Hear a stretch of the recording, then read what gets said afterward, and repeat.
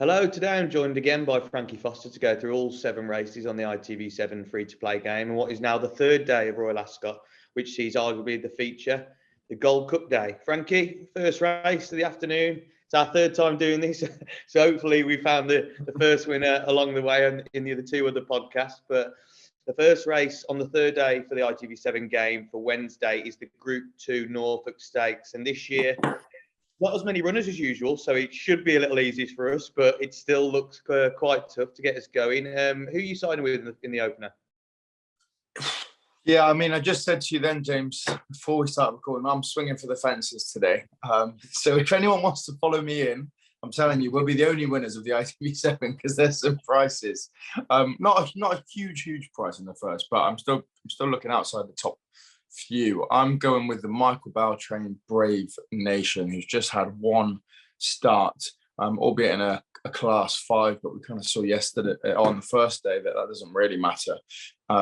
What I was looking for was which horse, I watched the replays of the top 4 or 5 here, which horse quickened the most. It did have to draw for the whip on board Brave Nation, Dylan Hogan, who was riding, but as soon as he did, there was another gear to just another level. So I like that turn of foot, and that's what I'm sticking with visually, as we know, because there's not a huge amount to go off in here. Yeah, looks a good selection. Obviously, with horses only running once in this race, you don't know how much they're going to improve. So Brave Nation could come on an absolute bundle for that. I'm going to keep it a little bit more simple, and as we record now, as it is the new favourite, Wallbank. For David Loughnane. Smart second on debut behind a very nice type for Godolphin in Noble Style. The form of that race also been boosted since, with the 3rd and 4th since winning. And the 4th has since run a cracker on the first day of Royal Ascot, Flying Scotsman in the Group 2 Coventry Stakes. So the form is really strong with this horse. Wallbank also front the form when last seen getting off the mark at York last time out, and a bit like Brave Nation. When the whip was pulled, went clear by 7 lengths. Looks a really nice type for Ammo Racing, Omni Horse Racing. When I was looking through the card, he was second favourite around 5-2. He's now into 15-8 favourite, so a bit of money has come. And it's pretty simple start for me. If Wallbank goes and wins the race as favourite, so hopefully we have the 1-2 there, but hopefully one of us had a winner to keep us going. The second race on day 3 at the Berkshire track is the King George V Stakes. This looks a tricky one, doesn't it, Frankie? It does, yeah. These handicaps are really tricky, and especially because there's a few handicaps on day 3 with, runners that have only run a handful of times. So you really don't have a long history of handicaps. Some of them are coming into their first handicap. So it is very, very tricky. And I'm going with one that is coming into his first handicap in MANDOBI for William Haggart. Hopefully Tom Marquand can get on the score sheet. In a race where, there are some to be weighed up on the weights. This horse comes in rated 95 off of 3 very decent performances, second, a first and a first. The latest you watched that back was really, really impressive. Ben Curtis actually rode that day. Really didn't have to do a lot to get this horse to win. Another horse came up to challenge and just had another gear to go through to see off the challenging horse. So MANDOBI on first handicap start off of 95, I think could be fair. Yeah, when I looked at this race, MANDOBI was one of them. I had 2 to pick from, and I've gone against you in the end. I've gone for Secret State for Charlie Appleby and Godolphin, but MANDOBI is definitely a good selection because for the same reason you just said, I can see it on first handicap start going really, really well, and I don't think he'll mind the slightly bigger field. But Secret State for me, nicely bred son of Dubawi. He doesn't get it wrong a lot with Dubawi, does he? Godolphin and Charlie Appleby. And he just looks to improve with every start, making his debut in April over a mile at Newmarket. It was a good second behind the smart Francesco Clemente for John Thady Gosling. Looks a really nice type. He then went up in trip to 10.5 furlongs at Chester and saw off the smart Honiton. And that got him off the mark. He dropped back to a mile last time out and made it back-to-back wins in good fashion. He's now sent handicapping off a mark of 93. I think he could still be well in here. I think he's got much more under his belt, that bit of leeway with the handicapper. He does go up in trip again for this event, but I think he'll handle that no problem. And the form of his last 2 races have both been franked, with both of them going on to win the second. So I just think he's a horse on the up. I think there's a reason why they've stepped him up so much in trip. He obviously handled the 10.5 furlongs at Chester, now going up to 1 mile 4. I think he's made for this race, and he's coming in around 7-1, 8-1 in the market as we record. So yeah, Secret State for me, MANDOBI for you. So next up is one of the big races on the third day of Royal Ascot with the Group 2 Ribblesdale Stakes for fillies over 1 mile 4. And we have a strong favourite, Sea Silk Road. Are you siding with her or are you taking her on, Frankie?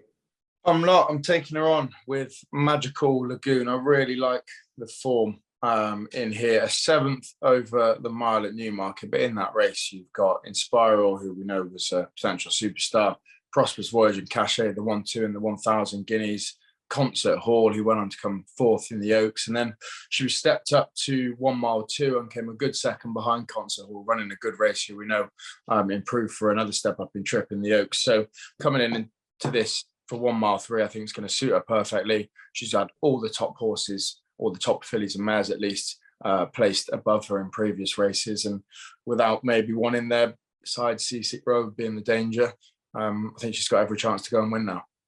Yeah, definitely. I'm going Sea Silk Road, and Magical Lagoon is definitely the danger to my horse. But as I explained on our anti-post preview for this, I've got Sea Silk Road at quite a nice price, and now into about 7-4. I've got to stick with her for the ITV7 definitely. A really nice 3-year-old daughter, See the Stars, 190,000 guineas as a purchase. Been seen 3 times to date, once as a juvenile when needing the run, and then twice this season when winning on both occasions, and looks to really sparkled as a 3-year-old. She learns a lot for her debut run.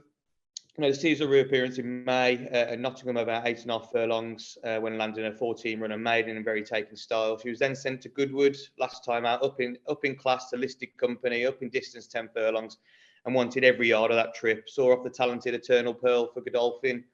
And if you look at the race, she was going away. And even though she won by a short margin, if she'd have gone an extra 2 furlongs, which she gets here, I think she'd have won by much further. I think the Ribblesdale trip is set up for her, and I think Sea Silk Road will take all the beating, personally for me, in the Ribblesdale. So the feature events of the afternoon is the Group 1 Gold Cup, arguably the feature of the 5 days for many. But some very smart runners near the top of the market in this one. Frankie, who do we like? We've gone a bit rogue here. I mean, look, Kyprios could well step up in trip, and a couple of Aidan's horses have done that this season. I remember at Chester they had one stepping up a mile and won well. So it's really not out of the question. If you wanted to keep it straightforward, that'd probably be your bet on the, he's a top class trainer. He's the man to get it right if there is one step up in trip and go and win. Stradivarius, the stars have aligned for Strad, really, haven't they, with the ground, and Trusham probably unlikely runner. But again, I have my doubts whether he can go and win. I'm looking at the Mullins trained Burning Victory, one for the jumps boy. Mullins would love to come in here and have a crack and get his hands on some Ascot prize money, that's for sure. Buick rides. And this horse has some decent flat credentials to his name over the staying trip, and since then has improved markedly on the flat, on the over hurdles, and picking up where left off on the flat after some improvement. I don't see why Burning Victory is not in with a chance. I think she'd be there in the mixer at the end of the race. So I'm throwing a wild card in with Willie Mullins trained Burning Victory. I thought when she was declared, I thought she was a very surprise entry into the race, because even though she hasn't run on the flat, she had quite a tough season over jumps last season, running more than she has before. But for Willie Mullins to stick her in here, she must be A1. So Burning Victory around 16-1 as we record could go and cause the upset, definitely. And like you've just talked through there, the horse at the top of the market, you've got Stradivarius, who we know the ground's come for him, but now at 8 years of age, can he be the same horse? Trusham probably won't run with the ground as it is. Princess Zoe's obviously coming off the back of winning at Ascot in the Cigaro Stakes. But for me, I think the Maestro Aidan O'Brien, he's got to get it right sometime. He didn't get one, did he, on the first day? He might have one on the second day before we record. But I just think this race has been set up all season for Kyprios. And I really like this 4-year-old son of Galileo. He looks a star in the making. I think this trip will be the making of him. He ran twice as a juvenile, winning on debut over 1 mile and half a furlong at Galway. He was then sent to Newmarket in the Zealand Stakes and found it tough on his second start. Only ran twice as a 3-year-old. Again, won on seasonal debut at Cork. was then sent to Linkfield in the listed Derby trial, and the conditions were really soft that day and just really didn't handle him. He seems to have really come into his own this season, running twice again, winning the 1 mile 6 furlong listed vintage crop stakes at Navan, improving again last time out at Leopardstown, took the Group 3 Loeb Moss stakes by 14 lengths. And I think that's really put him in the mix. Look, he's 13-8 now. He's quite short for a bet, but when you're talking about the ITV7, you're just looking for winners. And I think he is the winner of this race. And I think the 2 mile 4 will be absolutely no problem for him. So one of the toughest events of the afternoon is the Britannia Stakes, 30 runner race. Frankie, go and find the winner. Well, we don't stop yet on my my long shots because I'm going, you got to scroll right down the page to find this. My little tip, about 33-1. George Bowie trains, Daniel Muscat rides.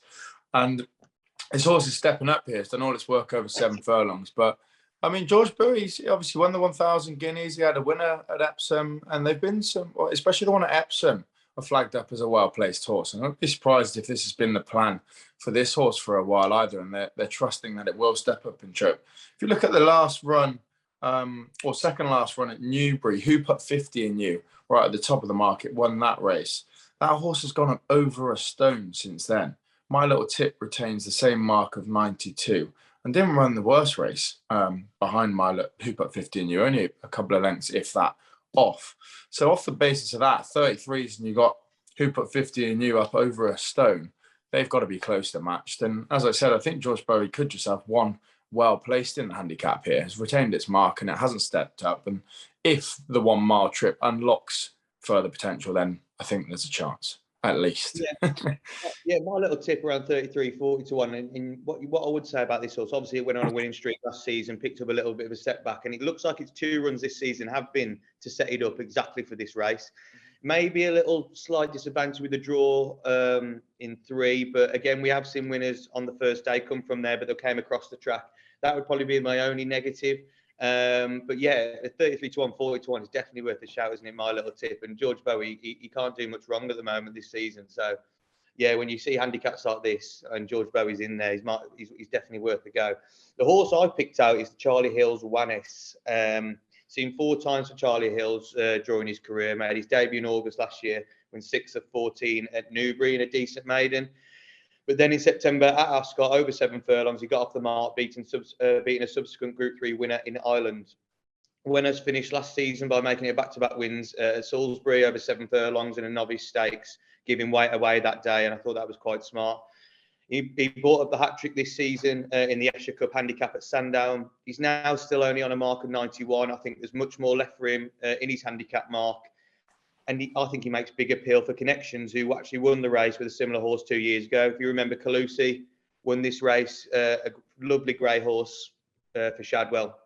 Went straight down the middle and won very easy. And I think Wannes is a very similar horse. Maybe not going to win in that style, but I think we'll go very, very close. And currently around 12-14-1 as we record. So yeah, I'm happy to play my chances with him.